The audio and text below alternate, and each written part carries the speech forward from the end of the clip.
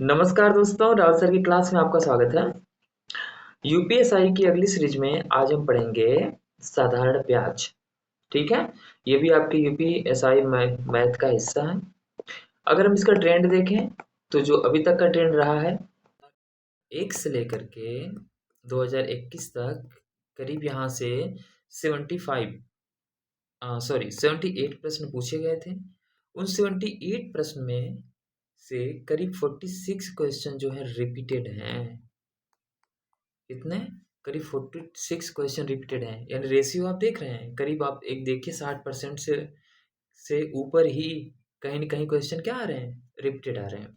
ठीक है, तो हम क्या करेंगे, इसलिए हम लास्ट ईयर के क्वेश्चन देखेंगे और जितने टाइप्स के पूछे गए हैं वो सारे टाइप्स देखेंगे और कोशिश वही करेंगे जो हमने पिछले वीडियो में किया था, उसे ट्रिक से सॉल्व करेंगे। यदि हम ट्रिक से नहीं कर पाते हैं तो हम क्या करेंगे, विकल्प देखेंगे। क्या देखेंगे? जो उसमें विकल्प दिया होगा, जो अल्टरनेट्स दिए होंगे, हम उन विकल्पों को देखेंगे। ठीक है, हाँ, वीडियो देखने से पहले जब आप देखने जा रहे हैं मैं पहले बता देता हूँ, ये वीडियो सिर्फ उन बच्चों के लिए है जिन्हें मैथ या तो नहीं आती या तो जो मैथ में बिल्कुल नए हैं और जिन्हें एस आई में क्या करना है, मैथ को अटेम्प्ट करना है, तो उन बच्चों के लिए वीडियो है। ठीक है, क्योंकि यहाँ पर सिर्फ और सिर्फ हम किसकी बात कर रहे हैं, ट्रिक की बात कर रहे हैं और विकल्प से सॉल्व करने की कोशिश करते हैं। तो चलिए फिर वीडियो को शुरू करते हैं और हम अगले प्रश्न पे चलते हैं और देखते हैं कि उन्हें कैसे सॉल्व करना है। ठीक है, चलिए प्रश्न देखते हैं ना। अब यहाँ से शुरू करते हैं। ये पूछ रहा है, कह रहा है कि 10% साधारण ब्याज की दे बैंक में स्टेला को प्रत्येक महीने कितनी राशि जमा करनी चाहिए कि अगर वो चाहती है कि 3 वर्ष बाद उसे, वो पूछ रहा है कि 10% ब्याज उसको मिल रहा है। ठीक है, तो उसे कितनी राशि अमाउंट जमा करनी चाहिए 3 वर्ष में कि उसे 3324 रुपये मिले। ठीक है, मतलब वही 3 वर्ष बाद। तो ऐसे में तो थोड़ा सा अगर उस तरह से लगाएंगे आप तो थोड़ा सा टफ हो जाएगा। ठीक है, जो लॉजिक है, सॉरी, जो पैटर्न इसका है। लेकिन अब ट्रिक से क्या करना है आपको, ट्रिक में कुछ नहीं याद नहीं रखना, ये याद रखना है पहले बात, और 10% याद रखना है और ये अमाउंट भूल जाओ अभी। ठीक है, याद रखना लेकिन अभी भूल जाओ। अब करना क्या है कि सबसे बड़ा जो इसमें दिया हुआ है ना, पहले उसको चेक करो कैसे करना है। मान लो 85 है तो 85 को कर दो गुणे, ये 3 साल में कितने कितने महीने होंगे, 36। कितने महीने होंगे, 36। तो इसमें क्या करो, इसका गुणा कर दो। ठीक है, तो जब आप गुणा करेंगे इसमें तो कितना आ जाएगा, 3060 आ जाएगा। कितना आ जाएगा, 3060। अब आपको करना क्या है, फिर 10% है ना, तो इसका ही 10% इसमें जोड़ दो। इसका 10% अगर आप इसमें जोड़ते हैं तो कितना होगा, तो जब आप इसका 10% इसमें जोड़ेंगे, 10% कितना हो जाएगा, 306। कितना हो जाएगा, 306। तो जब आप इसको जोड़ेंगे तो आपको कितना मिल जाएगा, आपको मिल जाएगा 3366। ठीक ना। अब देखो ये कितना है, 3324 है और ये 3366 है। ऐसे ट्रिक में बस याद ये रखना है कि जो ज़्यादा वाला अमाउंट आएगा, अगर 3366 आ गया तो 85 नहीं होगा, वो अमाउंट आएगा जो इसके बिल्कुल आस पास होगा। 3366 से कम आएगा लेकिन सबसे करीब होगा। तो जब 85 का 3366 आया तो अगर हम 80 से करें तो क्या हो जाएगा, 80 का बहुत कम आएगा, नियर अबाउट 80 ही आएगा, तो 80 इसका क्या हो जाएगा, आंसर सही हो जाएगा।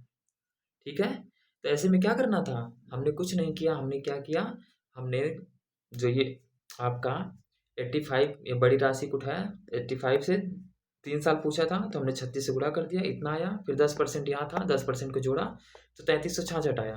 तो 3366 आया तो हमने यहाँ देखा कि क्या ये 3324 से कम है कि ज़्यादा है।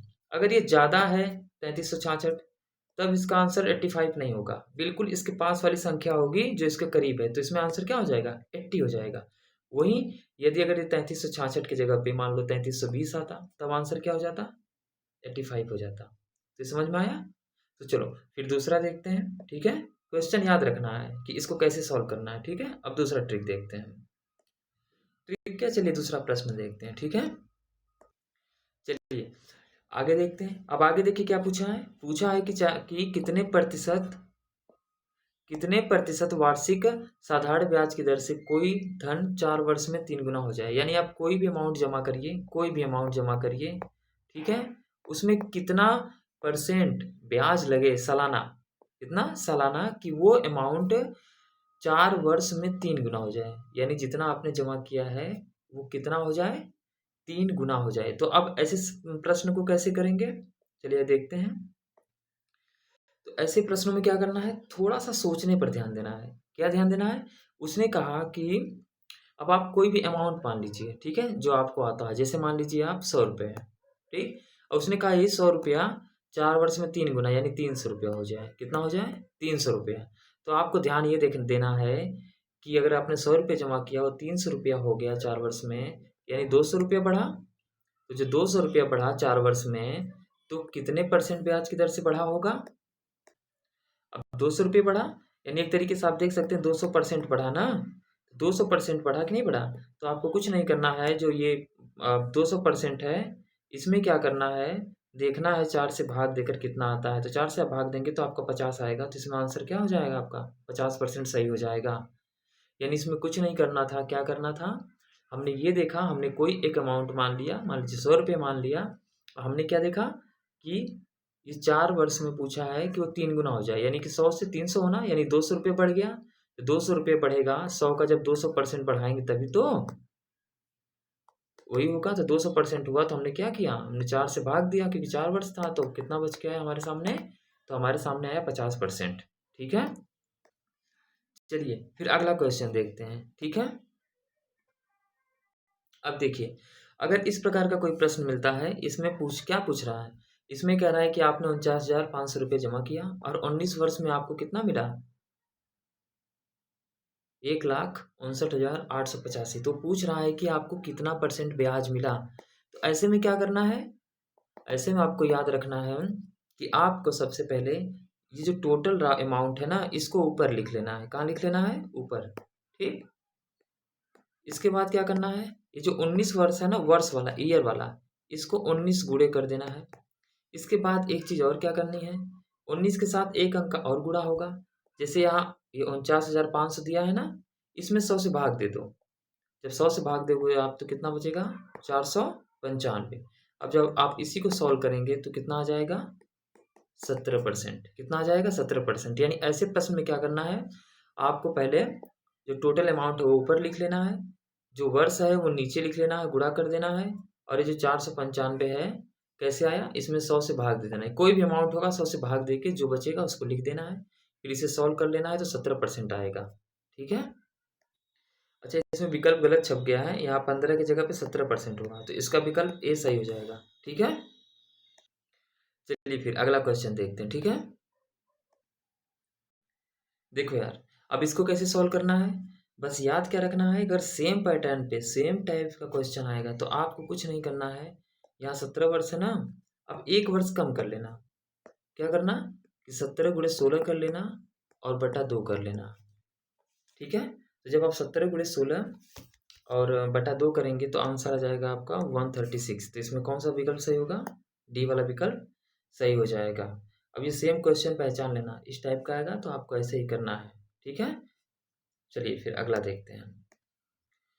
देखो, अगर इस प्रकार से सेम क्वेश्चन आता है तो आपको कैसे अटेम्प्ट करना है, यहाँ पे दिया हुआ 537, 3 वर्ष दिया हुआ है, 6 वर्ष में 575 हो जाए। तो कुछ नहीं करना है, अगर इस प्रकार का प्रश्न देता है, ठीक है, तो इसमें से करना क्या है, आपको 575 में से 537.5 घटाना है। ठीक है, 575 में से क्या करना है, 537.5 को पहले घटा लेना है। तो यहाँ पर कितना बचेगा, जब आप इतना घटाएंगे तो आपको मिलेगा 37.5। कितना मिलेगा, 37.5। अब करना क्या है, अब इसके बाद ये जो पहली संख्या दिख रही है इसका इसमें गुणा कर देना है। गुणा करोगे तो कितना आ जाएगा, 15 आ जाएगा। उसको नीचे बटे के रूप में लिख देना है, सॉल्व कर देना है। जब सॉल्व करेंगे आप इसे तो आंसर आपको मिलेगा 2.50, यानी इसमें कौन आंसर सही हो जाएगा, आंसर सी। चलिए ठीक है, इतनी 3-4 टाइप्स के मैंने आपको प्रश्न लिखा है, इसकी प्रैक्टिस करना है। बाकी फिर क्या होगा, जैसे ही फिर हम अगला वीडियो बनाएंगे तो इस पर और डिटेल से पढ़ेंगे। ठीक है, ये पहला स्टेज है, अभी 3 स्टेज तक की वीडियो जाएगा। यानी साधारण ब्याज हम फिर से पढ़ेंगे, उसके बाद एक बार फिर से पढ़ेंगे। चलिए फिर, बहुत ज़्यादा लंबा वीडियो नहीं बना रहे हैं। ठीक है, ठीक है फिर, थैंक यू सो मच।